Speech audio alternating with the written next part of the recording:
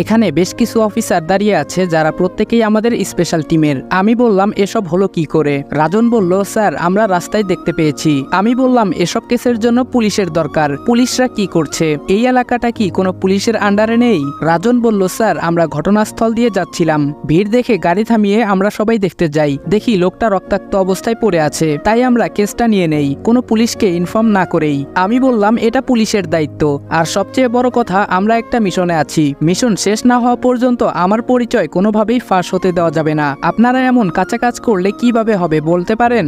রাজন বলল, sorry sir. আমি বললাম পুলিশকে ইনফর্ম করে তদন্ত করার জন্য দিয়ে দিন। দাঁড়ান, সিনিয়র স্যার কোথায়? আপনি আমায় ডাকলেন যে? রাজন বলল, সিনিয়র স্যার শহরের বাইরে আছেন, আমাকে বলেছেন আমাদের কোনো সমস্যা হলে আপনাকে জানানোর জন্য। আমি বললাম আচ্ছা, আপনারা স্যারকে জানাননি এই ঘটনার কথা? রাজন বলল, না স্যার, স্যার বলেছিল উনাকে ডিস্টার্ব না করার জন্য। আমি বললাম ও আচ্ছা, দাঁড়ান ব্যাপারটা আমি দেখছি, পুলিশের কাছে দেওয়ার দরকার নাই। আমাদের একটা স্পেশাল টিম গঠন করেছেন আমাদের সিনিয়র স্যার, উনার অবর্তমানে যার পুরো দায়িত্ব আমার কাঁধে, আর এখন আরো একটা দায়িত্ব পড়লো। আমি বললাম আচ্ছা, লোকটাকে গুলি কে করেছে? রাজন বলল, কেউ মুখ খুলেনি স্যার। আমি বললাম আশ্চর্য, জনসম্মুখে কেউ একজনকে গুলি করে দিল আর কেউ মুখ খুলছে না? রাজন বলল, না স্যার। আমি বললাম আচ্ছা ঠিক আছে, এর পরিচয় খুঁজে বের করুন, খুব তাড়াতাড়ি আমার চাই এইটা। অফিসে এসেছি নিজের গেটআপ চেঞ্জ করে, কে জানে কে কখন দেখে ফেলে, তাই এই পদ্ধতি। জলদি আমাদের মেন অফিস থেকে বেরিয়ে গেলাম, এদিকে কোম্পানির অফিসের সময় হয়ে গেছে, তাই তাড়াতাড়ি একটা পার্লারে ঢুকে নিজের গেটআপ পরিবর্তন করে অফিসের জন্য বেরিয়ে পড়ি।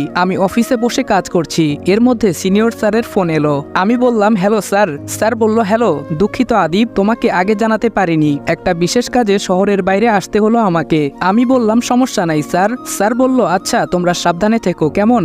আমি বললাম আচ্ছা স্যার, আপনিও নিজের খেয়াল রেখে কাজ করবেন, বলেই ফোনটা কেটে দেই। স্যারকে এখানে নতুন ঝামেলার কথা জানাইনি। ফোনটা রাখতে আবার বেজে ওঠে। আমি বললাম হ্যালো। অপর সাইড থেকে রাজন বলল, হ্যালো স্যার। আমি বললাম হুম বলো। রাজন বলল, যে লোকটা খুন হয়েছে সে স্যার আওয়ারা টাইপের লোক, যাকে বলে বখাটে, টাকার বদলে খারাপ সব কাজ করে। আমি বললাম ও আচ্ছা, তাহলে বাদ দাও, এসব লোকের মৃত্যু এভাবেই হবে, না জানি এরা আগে কত লোকের জীবন নিয়েছে। রাজন বলল, ওকে স্যার। আমি বললাম তা কে মেরেছে জানতে পারলে কিছু? রাজন বলল, হ্যাঁ স্যার, সেখানে উপস্থিত ছিল এমন একজন মুখ খুলেছে। আমি বললাম গুড, কে সে? রাজন বলল, রাফসান চৌধুরী, শুধু এই নামটাই গুলি করার পর চিৎকার করে বলেছিল। আমি বললাম আচ্ছা, এই রাফসান চৌধুরী সম্পর্কে কিছু জানতে পারলে? রাজন বলল, খোঁজ চলছে স্যার। আমি বললাম ওকে, তাড়াতাড়ি করো, বলেই ফোন কেটে দিয়ে নিজের কাজে মনোযোগ দেব। তখনই আমার মনে পড়লো কি নাম বলল? রাফসান চৌধুরী মানে আরসি, এখানেও আরসি। ফোনটা নিয়ে রাজনকে ফোন দিলাম আবার। আমি বললাম হ্যালো। রাজন বলল, হ্যালো স্যার। আমি বললাম শুনো, এই রাফসান চৌধুরীর ফুল ডিটেলস আমার চাই, সে কি করে, কোথায় থাকে, এভরিথিং। রাজন বলল, ওকে স্যার। রাজনের সাথে কথা শেষ করে আমি অফিসের আরো কিছু টুকটাক কাজ সেরে নেই। অফিস থেকে বাড়িতে ফিরে দেখি বাড়িতে বিয়ের তোড়জোড় চলছে, আর মাত্র সপ্তাহখানেক বাকি, আর আফজাল আল ইমরানের একমাত্র মেয়ের বিয়ে বলে কথা, সে তো আর যেমন তেমন হবে না, তাই আয়োজন চলছে সেই রকম ভাবেই। আমি বাড়িতে এসেই নিজের রুমে চলে যাই, ফ্রেশ হয়ে এসে সোফায় বসে পড়লাম। মাথায় একটা কথা ঘুরপাক খাচ্ছে, কেসের শেষ অবধি পৌঁছাতে পারছি না, জানি না সামনে আরো কত সত্য বেরিয়ে আসে। আর এদিকে আমার বাড়ির 2 মাসের ভাড়া, সে টাইমটা শেষ হয়ে আসছে, কি করি, কিছু একটা করতে হবে। এই বলে রুম থেকে বেরিয়ে গেলাম, দেখি বাবা কিছু লোকের সাথে কথা বলছে। আমি পেছনে গিয়ে দাঁড়াই, উনি খেয়াল করে বললেন, আরে রাজ, কিছু বলবে নাকি? আমি বললাম জি আঙ্কেল, আমার একটা অনুরোধ আছে। বাবা বলল, হুম বলো। আমি বললাম, আঙ্কেল আমি তো 2 মাসের জন্য ভাড়াতে থাকতে এসেছিলাম, কিন্তু এখন দেখছি আমার কাজ এখনো শেষ হয়নি, তাই আমার আর কিছু সময় লাগবে, এজন্য বলছিলাম আমাকে আর কিছুদিন থাকতে হতে পারে। কথাগুলো বিনীত সুরে বললাম। আমার কথা শুনে উনি কিছুটা গম্ভীর হলেন, তারপর ভেবে বললেন, থাকতে পারো, তবে আমার একটা শর্ত আছে। আমি বললাম বলুন। বাবা বলল, তোমাকে এই বাড়িতে নিজের বাড়ি মনে করে থাকতে হবে, আমার মেয়ের বিয়েতে তোমাকে শুরু থেকে শেষ পর্যন্ত থাকতে হবে, পারবে? আমি বললাম, আঙ্কেল আমি তো একটা কাজে এসেছি, তবে আমি চেষ্টা করব। কথাটা বলার পর বাবা একটা অট্টহাসি দিলেন, তারপর আমার কাঁধে হাত রেখে বললেন, বাবা তুমি যতদিন ইচ্ছে এই বাড়িতে থাকতে পারো। আমি বললাম ধন্যবাদ আঙ্কেল, বলেই আবার উপরের দিকে যাওয়ার সময় পেছন থেকে কেউ ডাক দিল। ঘুরে দেখি আমার বোনের শ্বশুর মশাই। আমি বললাম আসসালামু আলাইকুম। উনি সালামের উত্তর নিলেন, উনার সাথে বেশ কিছুক্ষণ কথা হয়, ওই দিনের সাহায্যের জন্য ধন্যবাদ জানায় আমাকে, আর বাবাকেও ঘটনা খুলে বলে। এদিকে কথা বলার মধ্যে আমার একটি ফোন আসে, আর আমি বেরিয়ে যাই। আমি আমার কাজ শেষ করে ফিরতে যাব, তখনই দেখি ইসি কোথাও যাচ্ছে, তাই ওর পিছু নিলাম আমিও। কিছুটা দূর যাওয়ার পর ও গাড়ি থেকে নেমে গেল, আর তাই আমিও নিজের বাইকটা থেকে নেমে পায়ে হেঁটে ওর পিছু নেই। ইসি দুটো লোকের সাথে কথা বলে তাদের দুদিকে পাঠিয়ে দিল, আর নিজে এগোচ্ছে সামনের দিকে। লোকগুলো দেখে দেখে মনে হচ্ছে পুলিশের লোক, আর তারা আজ কোনো বিশেষ কাজে এখানে এসেছে। জায়গাটা আমার অচেনা, তবে আমি ইসির পিছু পিছু লুকিয়ে লুকিয়ে এগোতে লাগলাম। ইসি লুকিয়ে ভেতরে ঢুকে গেছে, কিন্তু আমি যেতে পারিনি, কারণ এখন ভেতরে গেলে ইসির মুখোমুখি হতে হবে। তাই এখানেই দেওয়াল ঘেঁষে দাঁড়িয়ে থাকি। বেশ অনেকক্ষণ হয়ে গেল সে ফিরছে না, তাই এবার সাহস নিয়ে উকি দিলাম ভেতরে দেখার উদ্দেশ্যে। যা দেখলাম তাতে আমার অবস্থা যায়। কি করি, ইসি ভেতরে ধরা পড়ে গেছে। একটা ছেলে সেখানে আছে, যদিও অনেকেই আছে, তবে সে যে এখানকার বস সেটা বুঝতে বাকি থাকলো না তার পোশাক আর স্টাইল দেখে। কি করব ভাবছি, কিন্তু বেশিক্ষণ ভাবার টাইম নেই, যে কোনো সময় ওরা গুলি করে দিতে পারে। তাই গায়ের শার্টটা খুলে ভালো করে মুখটা পেঁচিয়ে মুখোশ করে নিলাম, আর পেছন থেকে কয়েকজনকে শুট করায় অনেকেই নিচে পড়ে গেছে। ঘটনা হঠাৎ ঘটায়, কেউ কিছু বুঝে উঠতে পারেনি। এভাবে বেশ কিছুক্ষণ চলার পর ইসির মাথায় একটা আঘাত পায়, যার কারণে সে অজ্ঞান হয়ে নিচে পড়ে। আর আমার সামনে এখন সেই ছেলেটাই, যাকে দেখে আমার বস বলে মনে হয়। দুজনের ধস্তাধস্তিতে সে অনেকটা কাবু হয়ে পড়ে। শেষ পর্যন্ত মাটিতে নেতিয়ে পড়লে আমি মার বন্ধ করি। সেখান থেকে বের হওয়ার আগে ইসির সাথে আসা লোক এখানে পৌঁছে যায়। ওরা আমায় দেখে ফেলার আগেই আমি সেখান থেকে আমার মুখটা ঢেকে চলে আসি। আমার মুখ থেকে কাপড় সরে গেছিল, জানি না ওরা দেখেছে কিনা। সেখান থেকে বেরিয়ে তাড়াতাড়ি বাসার উদ্দেশ্যে বেরিয়ে পড়ি। ইসির খোঁজ নেওয়া হয়নি, এখন ওর খোঁজ নিতে গেলে ধরা পড়তে হবে, তাই আড়ালে থাকাটাই ভালো। আমি রুমে বসে ল্যাপটপে কাজ করছি, তখন ফোন আসে। ফোনটা কাটার সাথে সাথে ল্যাপটপে মেল বক্স ওপেন করলাম, আর যা দেখলাম তাতে আমি পুরোই অবাক। মেইলটা আসার পর ডিটেলস দেখার আগে ছবিটা দেখে আমার চোখ ছানা বড়া হওয়ার অবস্থা। এই তো সেই ছেলেটা যাকে আজ মেরে এলাম। বেঁচে আছে কিনা আল্লাহ মালুম। নাম রাফসান চৌধুরী, এতদিন আমেরিকা ছিল, বাংলাদেশে ওর কেউ আছে কিনা জানা নেই। আমি রাজনকে আবার ফোন দিলাম। আমি বললাম হ্যালো। রাজন বলল হ্যালো স্যার। আমি বললাম আচ্ছা, ও এখন কোথায় আছে জানো কিছু তোমরা? ছেলেটা হসপিটালে, কেউ খুব মারধর করেছে নাকি। ডাক্তারের সাথে কথা বলে জানতে পারি এখন সে কোমায়। আমি বললাম যাহ। রাজন বলল কি হলো স্যার? আমি বললাম না কিছু না। আচ্ছা তুমি তোমার কাজ করো, এই বলে ফোনটা কেটে দিলাম। কাজটা কি করলাম, কোমায় পাঠাই দিলাম, এখন কি হবে? এভাবে ভাবতে ভাবতে রাতটা চলে গেল।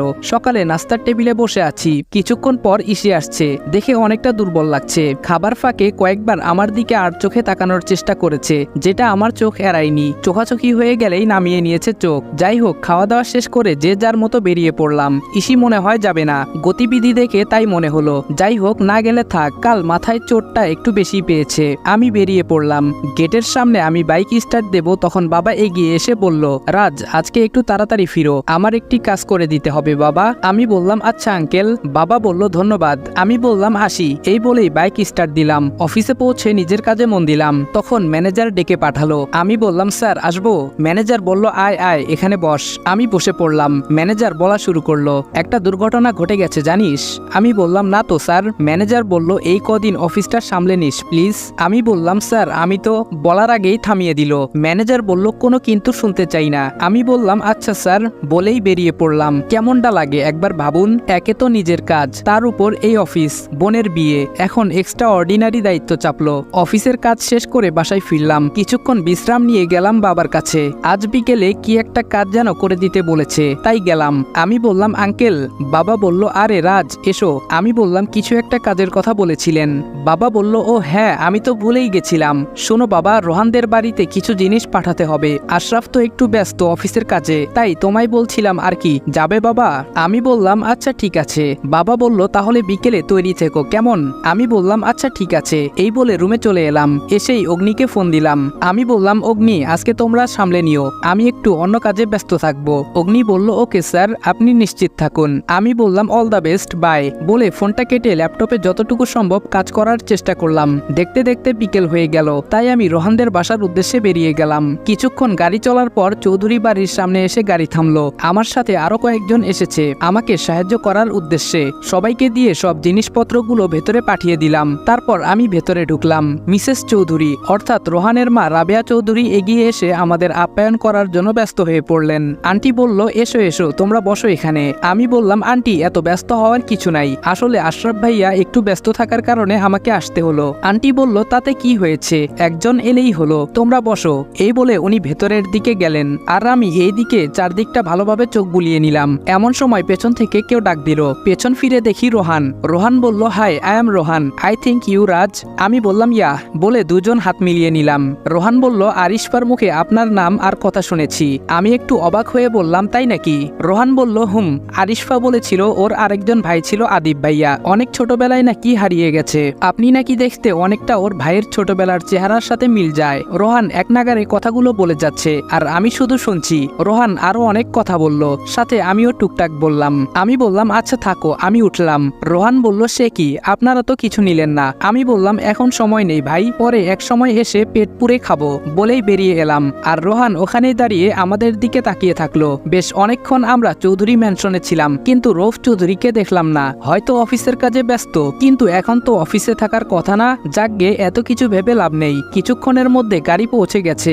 আমি ভেতরে গিয়ে বাবাকে জানিয়ে দিলাম সব ঠিকঠাক মতো পৌঁছে গেছে বলে রুমে এসে ফ্রেশ হয়ে নিয়ে রুমে কিছুক্ষণ বসে থাকলাম। কেমন যেন লাগছে, মনে হচ্ছে আমার অবর্তমানে আমার রুমে কেউ প্রবেশ করেছিল। কেমন যেন খটকা লাগছে। তখনই মনে পড়লো আজকে রুমে তালা দেওয়া হয়নি। কে আসতে পারে বুঝতে পারছি না। কার্ড আর পিস্তল আমার সাথেই ছিল, তবে ল্যাপটপটা বাসায় ছিল। তাড়াতাড়ি গিয়ে ল্যাপটপটা অন করে দেখলাম না, তেমন কিছু হয়নি। আর হবেই বা কি করে, অনুমান করে পাসওয়ার্ড দেওয়া কারো সাধ্যের বাহিরে, তাই নিশ্চিত হলাম। পুরো বাড়িতে বিয়ের তোড়জোড় চলছে, আমি কোথা থেকে শুরু করব বুঝতে পারছি না। রাফসান চৌধুরীর উপর যেই সন্দেহের তীরটা গিয়ে ঠেকেছিল, কিন্তু সে তো এখন কমায়। কি করি? রোহান চৌধুরীকে সন্দেহের কোনো অবকাশ পেলাম না। ছেলেটা খুব অমায়িক আর ভদ্র বলেই মনে হলো। তাহলে সন্দেহ এখন কাকে করব?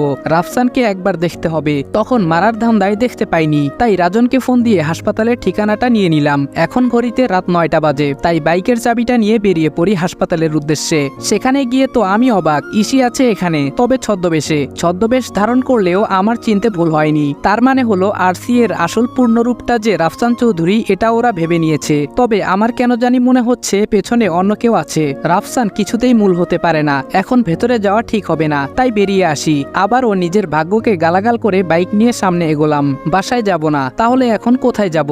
ভাবতে ভাবতে রাতুলদের বাসার সামনে এসে দাঁড়ালাম। কলিং বেল চাপতেই নীরব দরজা খুলে দেয়। নীরব বলল স্যার আসুন আসুন। আমি বললাম বাকিরা কোথায়? নীরব বলল সবাই আছে স্যার, ওরা রুমে কাজ করছে। বসুন স্যার, আমি সবাইকে ডাকছি। আমি বললাম ডাকতে হবে না, আমি যাচ্ছি ভেতরে। নীরব বলল ওকে স্যার, এই বলে গেট লাগাতে চলে গেল। আর আমি ভেতরের দিকে গেলাম। আমায় ঢুকতে দেখে 3 জন উঠে দাঁড়ালো। আমি বললাম বসো বসো, কাজ কত দূর? অগ্নি বলল স্যার আশা করছি খুব তাড়াতাড়ি আমরা একটা কুলকিনারা পেয়ে যাব।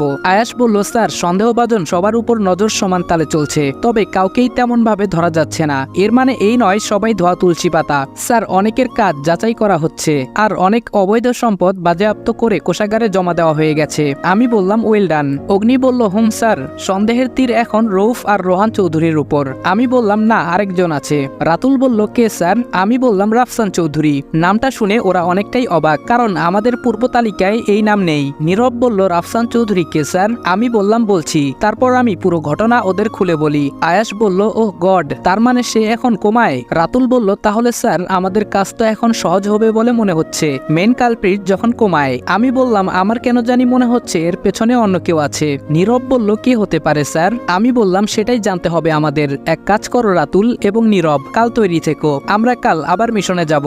দুজনেই বলল ওকে স্যার। অগ্নি বলল স্যার আমি যেতে চাই। নীরব বলল চুপ। অগ্নি বলল তুই চুপ, তুই বাসায় কাজ কর। আমি বললাম শান্ত হও, তোমরা আমার কথা শোনো। কাল নীরব রাতুল তৈরি থাকবে, আর এরপরে যেই মিশন হবে তখন ইনশাআল্লাহ অগ্নি এবং আয়াস যাবে। ওদের সাথে আরো কিছু কথাবার্তা বলে আমি বেরিয়ে পড়লাম। রাত এখন 11:30 বাজে। সবাই এখনো সজাগ, তাই আস্তে আস্তে ভেতরে ঢুকে পড়লাম। সোজা নিজের রুমে চলে এসেছি। ফ্রেশ হয়ে এসে সোফায় বসেছি। হঠাৎ কার্ডটার কথা মনে হলো। পকেটে হাত দিয়ে দেখি আমার কার্ড নেই। সারা ঘর খুঁজে কোথাও পাইনি। কোথায় গেল আমার কার্ড? কেউ নিয়ে যায়নি তো? আমি কি ধরা পড়ে গেলাম? কার্ডটা কোথাও পাচ্ছি না। আর এদিকে ভয়ে আমার হাত পা কাঁপছে। কি হবে এখন? জানি না কার হাতে পড়েছে। নিচে চলে গেলাম। দেখি ইসি সোফায় বসে ল্যাপটপে কাজ করছে। ওকে দেখে মনে হয় না আমার প্রতি কোনো ইন্টারেস্ট আছে। তাহলে কে নিতে পারে? তখন ওই পকেটে ফোনটা বেজে ওঠে। আমি বললাম হ্যালো। রাতুল বলল স্যার আপনার কার্ডটা ফেলে গেছেন। কথাটা শোনার পর আমার কতটা শান্তি লাগছে বিশ্বাস করেন, বলে বোঝাতে পারবো না। আমি বললাম থ্যাংক গড। রাতুল বলল কি হয়েছে স্যার? আমি বললাম আর বলো না, কার্ডটা না পেয়ে আমি অনেক ভয় পেয়ে গেছিলাম। আচ্ছা যাই হোক বাদ দাও, তোমার কাছে রাখো, পরে নিয়ে নেব। রাতুল বলল আচ্ছা স্যার, বলে ফোনটা কেটে দিয়ে অনেকটা শান্তি পেলাম। তাই ড্রয়িং রুমেই দাঁড়িয়ে স্বস্তির নিঃশ্বাস ফেলছি। তখন ওই ইসি আমার সামনে ওর রুমের দিকে যাচ্ছে, আর আমার দিকে কেমন যেন সন্দেহের চোখে তাকালো। তারপর একটা ডোন্ট কেয়ার ভাব নিয়ে চলে গেল। আমিও ঘুমানোর জন্য চলে গেলাম। পরদিন যথারীতি ঘুম থেকে উঠে যে যার কাজে পৌঁছে গেলাম। কিছুক্ষণ পর রাতুল আর নীরব আমার কেবিনে ঢুকলো। রাতুল বলল স্যার আমরা কিন্তু তৈরি। নীরব বলল হ্যাঁ স্যার। আমি বললাম আচ্ছা ঠিক আছে। আছে, আমি রাতে যখন বের হতে বলবো সাথে সাথে বেরিয়ে পড়বে। ওরা একসাথে বলল ওকে স্যার বলে ওরা চলে গেল। আর আমি আবার মনোযোগ দিলাম কাজে। একটা বিশেষ দরকারে রুমের বাইরে গেলাম, কাজ শেষে ফিরছি। ফেরার পথে ইসির রুমের দিকে চোখ পড়তে দেখি ও কারোর সাথে কথা বলছে, মনে হচ্ছে বেশ রেগে আছে। তাই আমি আর না দাঁড়িয়ে সোজা চলে এলাম সেখান থেকে। দেখতে দেখতে অনেক রাত হয়ে গেল। আমি তৈরি হয়ে নিলাম বেরোনোর জন্য। ভাবলাম বাহিরে গিয়ে রাতুলকে কল করে বলবো বেরোনোর কথা। আমি বাহিরে বের হতেই ইসির মুখোমুখি হয়ে গেলাম। এত রাতে ও বাইরে কেন? আমি মোচড় কেটে চলে আসতে যাব, ইসি বলল এই দাঁড়ান। আমি বললাম আমাকে বলছেন? ইসি বলল না, এখানে আরো অনেকে আছে তো ওদের বলছি। আমি বললাম ওহ, কিন্তু আমি তো কাউকে দেখতে পাচ্ছি না, কোথায় তারা? ইসি বলল ভূত, তাই দেখা যায় না। আমি বললাম ওরে বাবা, আপনি ভূতের সাথে কথা বলেন? ইসি বলল জাস্ট শাট আপ। কোথায় যাচ্ছেন আপনি? আমি বললাম কোথাও না তো। ইসি বলল এত রাতে আপনার কাঁধে ব্যাগ আর বলছেন কোথাও যাচ্ছেন না? আমি বললাম ওহ ব্যাগ, হ্যাঁ তাই তো। ব্যাগ কেন? আমি আসলে বুঝতেই পারিনি কখন ব্যাগটা কাঁধে নিলাম। আসলে আমার না ভুলে যাওয়ার অসুখ আছে ছোটবেলা থেকে। আমার কথাটা ঠিক হজম হয়নি। ইসি বলল ফাজলামি না করে বলুন আপনি কে, আর এই বাড়িতে কোন মতলবে ঢুকেছেন? আমি বললাম আপনি এসব কি বলছেন, আমি কিছু বুঝতে পারছি না। ইসি বলল নেকা সাজা হচ্ছে। আমি বললাম বিশ্বাস করুন আমি সত্যি কোনো মতলবে আসিনি। ইসি বলল আচ্ছা তাহলে চলুন, ব্যাগ নিয়ে কোথায় যাচ্ছিলেন আমিও যাব। আমি বললাম আমার না ঘুম পাইছে, আমি রুমে যাই কেমন, আপনিও আসেন। বলেই রুমে চলে এলাম। এসে কাঁধ থেকে ব্যাগটা ছুঁড়ে বিছানায় ফেলে দিলাম। রাগে আমার গা জ্বলে যাচ্ছে। যাই হোক রাতুলকে ফোন দিয়ে বলে দিলাম আমি ফেসে গেছি, তাই আজকে যাওয়া হবে না। এই বলে ফোনটা কেটে দিয়ে সোফায় বসে পড়ি। এখানে বসে থাকতে থাকতে কখন যে চোখ লেগে যায় খেয়াল নেই। চোখ খুলে দেখি 4টা বাজে। তাই আর না ঘুমিয়ে উঠে নামাজ পড়ে নিলাম। তারপর আবার ল্যাপটপে কাজ করতে বসলাম। এদিকে বেলা ভালোই হয়েছে, তাই উঠে গিয়ে তৈরি হয়ে নিলাম অফিসের জন্য। তাড়াতাড়ি নাস্তা করে আমি বেরিয়ে গেলাম। আমার পেছন পেছন ইসিও আসছে। কিছুক্ষণের মধ্যে অফিসে পৌঁছে নিজের কেবিনে কাজ করছি। এর মধ্যে ফোন এলো। অপর পাশের কথা শুনে আমি বললাম আচ্ছা ঠিক আছে, একটু অপেক্ষা করো আমি আসছি, বলেই ফোনটা কেটে দিলাম। আর অফিস থেকে না বলেই বেরিয়ে বাইক নিয়ে ছুটলাম ফোনে বলা ঠিকানায়। রাজন বলল স্যার আসুন। আমি বললাম কোথায় দেখাও।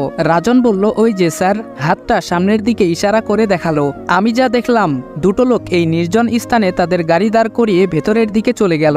এলাকাটা শুনশান, তাই দিনের বেলায় কেমন যেন রাতের মতো লাগছে। আমরাও লোকগুলোর পেছন পেছন লুকিয়ে যেতে লাগলাম। কিছুটা দূর যেতেই আরো দুজন এগিয়ে এলো। আর আমাদের দেখা প্রথম লোক দুটোর হাতে একটা ব্রিফকেস ধরিয়ে দিল। আর এরা একটা ছোট বক্স দিল। দেখে বোঝাই যাচ্ছে এতে স্মাগলিং এর কিছু আছে, তবে এত ছোট বক্সে কি থাকতে পারে তা বুঝতে পারছি না। যাই হোক লোকগুলো কোথায় যায় দেখতে ইচ্ছে ছিল, তবে তা করা ঠিক হবে না। তাই রাজনকে ইশারা দিয়ে বুঝিয়ে দেই পেছন দিয়ে যাওয়ার জন্য। আর আমি সামনে দিয়ে গিয়ে দুটো লোকের মাথায় বন্দুক ধরলে বাকিগুলো ভরকে যায়। আমি বললাম কি ব্যাপার কাকা, কি চলে? একজন বলল কে তোরা? আমি বললাম তোমার ভাতিজা কাকা, চিনতে পারছো না? অন্যজন বলল কাজটা ঠিক করলি না, আমাদের ছেড়ে দে, না হলে জানে মারা পড়বি। আমি বললাম OMG তাই? বলেই রাজনকে ইশারা করলে সে বাকি লোকগুলোর উপর গুলি চালিয়ে দেয়। আর সাথে সাথেই তারা মাটিতে লুটিয়ে পড়ে। বাকি আছে দুজন, একজনের হাতে টাকার ব্রিফকেস আর অন্যজনের হাতে বাক্সটি। ওদের দুজনকে নিয়ে চলে আসি গন্তব্যে। আচ্ছা করে খাতির যত্ন করার আদেশ দিয়ে আমি আবারও চলে যাই অফিসে। এদিকে বিয়ের আর মাত্র 3 দিন বাকি, তাই সবাই অনেক ব্যস্ত। বাবার জোরাজোরিতে আমি অফিস থেকে কয়েকদিনের জন্য ছুটি নেই আর ইসির ব্যবস্থা নিজেই করে নেই। এর মধ্যে রাজন আবার কল দেয়। আমি বললাম হ্যালো। রাজন বলল স্যার আমি এখন হাসপাতালে আছি, যেখানে রাফসান চৌধুরী ভর্তি আছে। এখন জায়গায় সন্দেহভাজন কেউ নেই, আপনি আসতে পারেন। আমি বললাম আচ্ছা তুমি থাকো, বলেই বেরিয়ে গেলাম। আমি তাড়াতাড়ি হাসপাতালে ঢুকে একটা লোকের উপর চোখ পড়তেই আমি তো অবাকের চরম সীমায় পৌঁছে যাওয়ার উপক্রম।